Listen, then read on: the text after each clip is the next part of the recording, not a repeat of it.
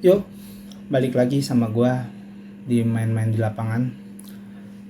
Kali ini gue mau bahas tentang lanjutan kualifikasi Piala Dunia 2026 round 3, yang di dua pertandingan sebelumnya kita mendapat hasil bagus, hasil positif dengan meraih 2 poin, imbang melawan Saudi Arabia dengan skor 1-1 dan melawan Australia dengan skor 0-0. Mungkin di pertandingan ketiga ini kita akan bertandang ke National Stadium di Bahrain, bermain dengan hasil positif, membuat timnas lebih percaya diri menghadapi tim Bahrain ya. Malam ini mungkin akan bermain di jam 11 malam nanti.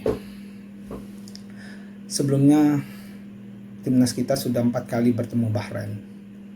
Pertemuan pertama di tahun 2004, ajang Piala Asia. Timnas kita ditangani kala itu oleh Ivan Kolev. Pemain yang diisi oleh seperti nama-nama besar Hendro Kartiko, Avles Gideon, Alexander Pulalo, Hamka Hamzah, Eli Eboy, Ponario Kurniawan, dan Rocky Putirai. Namun kita harus kalah 3-1 dari timnas Bahrain saat itu. Pertemuan kedua kita di tahun 2007, masih di ajang Piala Asia. Piala Asia kali ini diselenggarakan dengan konsep 4 negara, yaitu Indonesia, Malaysia, Thailand, dan Vietnam. Dan di Piala Asia ini juga ditandai oleh masuknya Australia ke zona Asia. Masih sama ditangani oleh Ivan Kolev.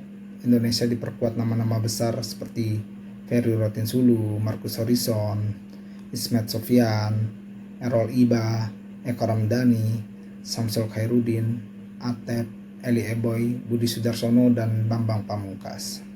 Saat itu timnas Indonesia menang melawan Bahrain 2-1, namun kita gagal menuju ke round berikutnya atau menuju ke 16 besar Piala Asia saat itu.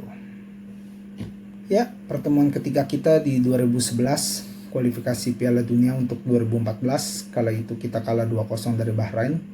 Dan di leg kedua di tahun 2012, masih di ajang yang sama, timnas Indonesia harus menelan pil pahit dan kekalahan 10-0 di pertemuan kedua dengan Bahrain. Kala itu timnas racikan Aji Santoso ya mungkin tidak tampil dengan skuad terbaiknya, karena saat itu terjadi dualisme antara liga dan federasi, ada IPL dan ISL saat itu. Jadi Aji Santoso hanya memainkan banyak pemain yang tanpa caps ya, gue rasa saat itu, saat duel melawan Bahrain. Ya, nama-nama baru seperti Gunawan Dwi Cahyo, Andi Guntur, Slamet Nur Cahyo, dan Abdurrahman. Pemain kala itu hanya diambil dari Liga Primer Indonesia yang terdaftar di FIFA, membuat dampak negatif ke timnas kita. Semoga PSSI bisa belajar dari dualisme liga ini yang sempat gue bahas. Ya, dua liga ini sangat berantakan ya, karena liga berjalan dan nama-nama besar ada di Liga Super, sedangkan Liga Super pun tidak terdaftar kali itu di FIFA. Mungkin di pertemuan nanti pelatih Sinteyong akan memanggil nama-nama besar atau nama-nama yang sudah sering menjadi langganan timnas. Ada Martin Paes, Erlando, dan Nadeo di posisi kiper. Lalu ada Asnawi, Jody Ahmad, Verdok, Pantiama, Arhan, Ferrari, Rizky Ridho di posisi back. Lalu Sandy Wells. Nama pemain baru ada Nas Hilgers, Jay Etnas, Wahyu P di posisi gelandang bertahan. Lalu ada Tom Haye, Marcelino, Ricky Kambuaya, Nathan John, Eliano pemain baru. Ivar Jenner ada di posisi gelandang menyerang, dan Orat Nagon, Malik, Rafael Sturridge, Witan, Dimas Derajat, Hoki Caraka, Egi Maulana ada di posisi penyerang. Mungkin tidak ada nama Justin Hubner, absennya dia karena cedera. Gue rasa tidak akan mengurangi permainan Indonesia ya, yang akan bermain lebih menyerang di formasi 3-4-3-nya. Yang gue rasa Sinteyong akan belajar dari dua pertandingan sebelumnya melawan Arab dan Australia. Dengan postur yang sama dengan Arab, Bahrain agak kesulitan mungkin melawan Indonesia dengan speed yang kencang. Sintayong harus bermain ofensif, tidak seperti saat melawan Arab dan Australia yang bermain defensif. Melawan Bahrain gue rasa akan lebih mudah jika kita bermain lebih banyak di lini-lini tengah dan permainan bola-bola datar.